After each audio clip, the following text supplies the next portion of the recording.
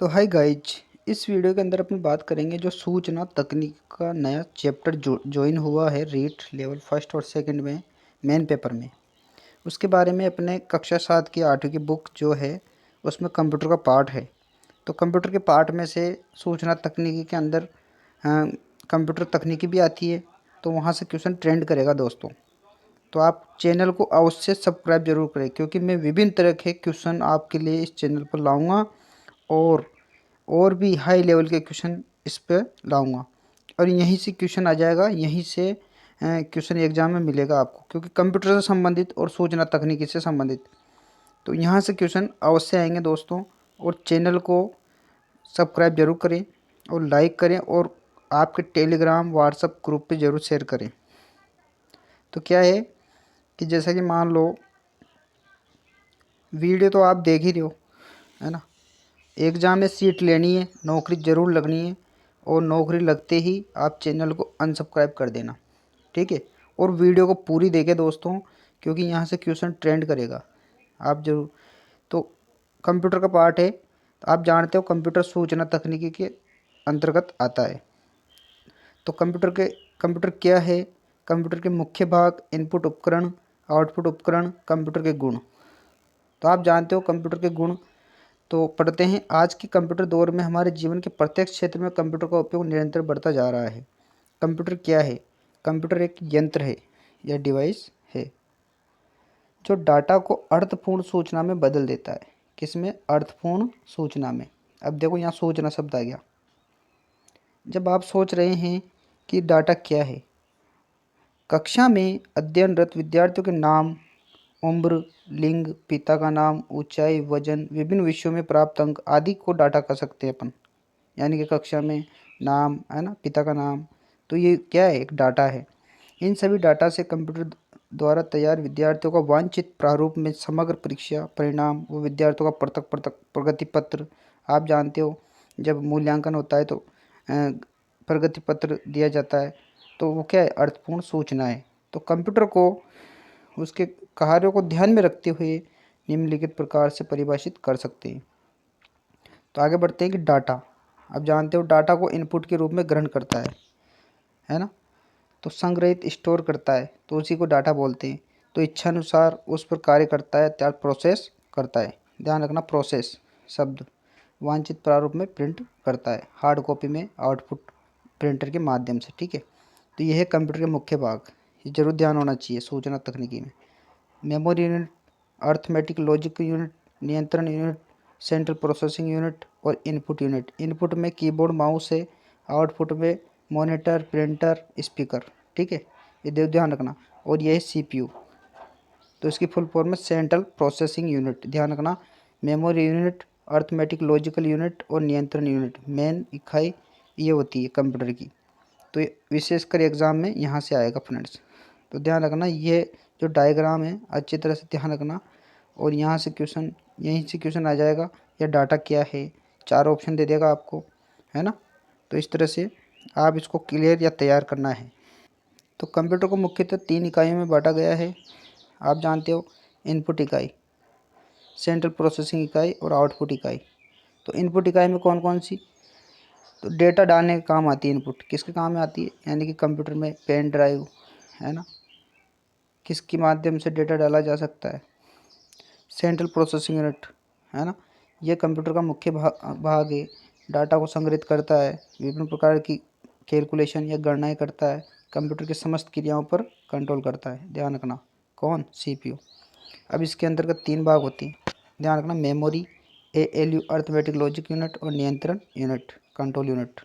Memory होती है computer का वह हिस्सा जो विभिन्न प्रकार के डाटा व निर्देश संग्रहित रहते हैं, यानी कि सेव रहते हैं। ध्यान रखना, जैसे कि हार्ड डिस्क, है ना, ये पेन ड्राइव, है ना, फ्लॉपी डिस्क आती थी पहले। और एएलयू होती है अर्थमेटिक लॉजिक यूनिट, जोड़, बाकी, गुणा व भाग, यानी कि लॉजिकल क्रियाएं या लॉजिकल गणितीय तुलनात्मक कार्य इससे किए जाते हैं। एक आती है नियंत्रण यूनिट। यह यूनिट कंप्यूटर की समस्त क्रियाओं पर नियंत्रण रखती है। ध्यान रखना, आउटपुट इकाई, ये इकाई कंप्यूटर में डाले गए डाटा से अर्थपूर्ण सूचनाएं प्राप्त करने के काम आती है दोस्तों। इनपुट उपकरण की बात करते हैं तो इनपुट उपकरण कंप्यूटर में डेटा व निर्देश डालने के काम आते हैं और इनपुट उपकरणों के उदाहरण निम्नलिखित हैं। मुख्य इनपुट उपकरण कीबोर्ड, आप जानते हो कीबोर्ड यह एक सुगम है ना बहुतायत में काम आने वाली डिवाइस है ना, बहुत ज़्यादा काम आती है क्योंकि अधिकांश डाटा तथा निर्देश कीबोर्ड की सहायता से ही कंप्यूटर में इनपुट किए जाते हैं। दोस्तों, कीबोर्ड की कुंजियों को 3 भागों में बांटा गया है। ये देखो कीबोर्ड का, ये इनपुट डिवाइस में आता है ना। अब देखो कीबोर्ड की जो कुंजियाँ होती है यानी कि बटन होते हैं, उनको कितने भागों में, 3 भागों में। एल्फा न्यूमेरिक कुंजी या बटन, इस भाग में वर्णमाला के अक्षर ऐसे जेड अंकीय या न्यूमेरिक है ना, ऐसे जेड अक्षर आते हैं एल्फा न्यूमेरिकल में। और अंकीय न्यूमेरिकल में करेक्टर 0 से 9, अन्य करेक्टर जैसे स्पेस बार, स्लेश है ना, ये सारे ध्यान रखना, यहाँ से क्वेश्चन अवश्य आएगा है ना। उधर से shift, inter, back space, tab, control, ask या अलर्ट होती है। तो ये है इनपुट डिवाइस जो कीबोर्ड के एल्फा न्यूमेरिकल बटन। अब आती है न्यूमेरिक कुंजियाँ, तो इसमें से 4 ऑप्शन दे देगा आपको। और एल्फा न्यूमेरिक कुंजियाँ कौन सी होती है, फंक्शन कुंजियाँ कौन सी होती है, तो ये ध्यान रखना है। या न्यूमेरिक कुंजियाँ होती है 0 से 9, कंप्यूटर में 0 से 9 जो होती है न्यूमेरिक कुंजियाँ, मैं बताता हूँ कहाँ पर होती है। ये यहाँ पर, इधर इस पर न्यूमेरिकल कुंजियाँ होती है, ध्यान रखना 0 से 9। आगे बढ़ते हैं, फंक्शन कुंजियाँ। न्यूमेरिक कुंजियाँ में होते हैं नम लॉक, यानी कि नम लॉक काम आता है बंद चालू करने के लिए। एक की होती है जो उसमें रेड या अलग अलग कीबोर्ड में अलग अलग रंग की जो लाइटें होती है उसको बंद चालू करने के लिए काम आती है। स्लेश, मल्टीप्लाई है ना, home, page up, page down, insert और एंटर इसमें शामिल होती है न्यूमेरिक कुंजियों में। फंक्शन कुंजियों की बात करें तो कीबोर्ड के ऊपरी भाग में 12 फंक्शन कुंजियाँ होती है जिन पर F1, F2, F3, F4, 6 से F12 तक अंकित रहता है, ध्यान रखना। इसके अलग अलग कार्य होते हैं, दिखाता हूँ। ये होती है न्यूमेरिक या फंक्शन कुंजियाँ, ये वाली फंक्शन कुंजियाँ होती है दोस्तों। यहाँ होती है एस्केप कीज, तो ये जरूर ध्यान रखना। आगे बढ़ते हैं कि माउस भी एक इनपुट डिवाइस है। माउस में रेड 2 तरह के आने लगे, ब्लूटूथ माउस यानी कि बिना लीड का है ना। इसको इस जो तार को दी है माउस की पूंछ या संज्ञा, वैज्ञानिकों ने इस तार को पूंछ की संज्ञा दी है। तो माउस ये एक सर्वाधिक प्रचलित इनपुट माध्यमों में से एक है। इसकी निचली सतह पर एक बॉल है ना, पहले बॉल आता था, अब लेजर आने लगी। हिलने के अनुरूप स्क्रीन पर कर्सर अपना स्थान बदलता है।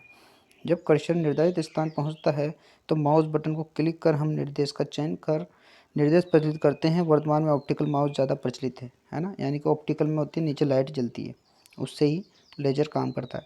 आती है magnetic ink character recognition, MICR। ये एग्जाम में बहुत बार क्वेश्चन आ गया MICR का, इसकी फुल फॉर्म आपको जरूर ध्यान रखनी है। बैंकिंग में अधिक उपयोग की जाने वाली तकनीक है ये। अधिक संख्या में चेक, यानी कि इससे जो चेक होते हैं ना, बाउंस चेक जांचे जाते हैं, यानी कि चेक को पढ़ता है ये मशीन। विशेष प्रकार के अक्षर एक विशेष टाइपराइटर की सहायता से एक ऐसी स्याही जिसे चुंबकीय पदार्थ मिले होते हैं और अभिलेख उबले जाते हैं, जिसके द्वारा अभिलेखों के वास्तविक होने की जांच की जाती है। ठीक है, जो अभिलेख होते हैं उसको पढ़ता है ये होता है मैग्नेटिक इंक करेक्टर रिकॉग्निशन। अब आता है ऑप्टिकल करेक्ट रिकॉग्निशन, इसकी फुल फॉर्म कई बार एग्जाम में ट्रेंड करती है।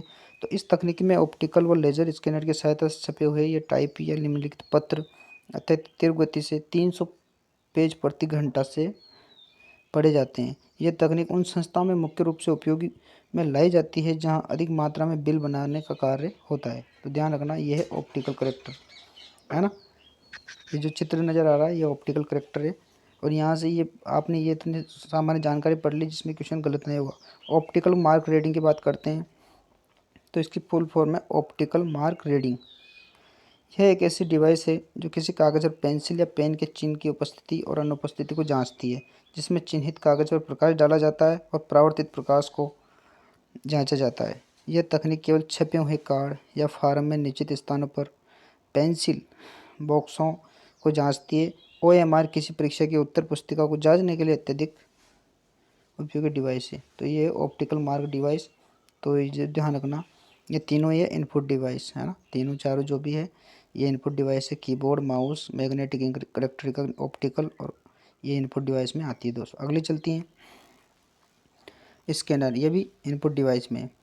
तो स्कैनर जानते हो आप, ये इनपुट डिवाइस है, यानी कि स्कैनर क्या काम आता है, कोई कागज़ होता है, अब इस कागज़ को यहाँ रखा जाता है, तो यहाँ से कंप्यूटर के अंदर डाटा संग्रहित करने के लिए, जैसे कि मान लो आप फ़ोटो, सिग्नेचर, साइन करवाते हो, किसके माध्यम से, स्कैनर के माध्यम से। जब आप फॉर्म भरने जाओगे रीट का, पुलिस का, है ना, रेलवे का, RPSC second grade, first grade, तो सभी का फॉर्म भरने जाओगे तो इसमें डाटा फ़ोटो इसी के अंदर स्कैन किया जाता है। दस्तावेज या तस्वीर को कंप्यूटर की मेमोरी में डिजिटल रूप में संग्रहित करने के लिए स्कैनर का उपयोग किया जाता है। इसकी कार्यप्रणाली काफ़ी कुछ फ़ोटोकॉपी मशीन जैसी होती है, ठीक है, और हूबहू प्रतिलिपि कागज़ पर उपलब्ध कराती है। अब आती है टच स्क्रीन। टच स्क्रीन की बात करते हैं तो कीबोर्ड के विकल्प के रूप में टच स्क्रीन का उपयोग किया जाता है। यानी कि जैसा कि मान लो आजकल जो एलसीडी आ रही है, अब आपका मोबाइल भी एक टच स्क्रीन ही है, ध्यान रखना।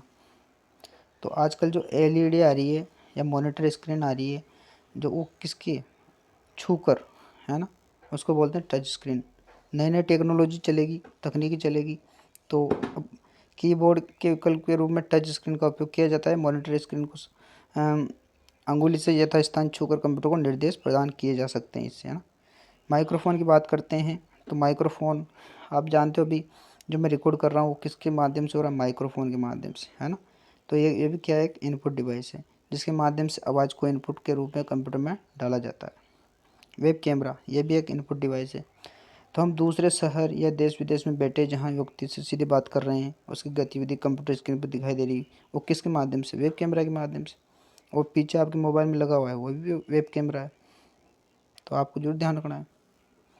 तो फ्रेंड्स, ये वीडियो बहुत लंबी हो जाएगी, ये अपने पढ़ लेते हैं इनपुट डिवाइस।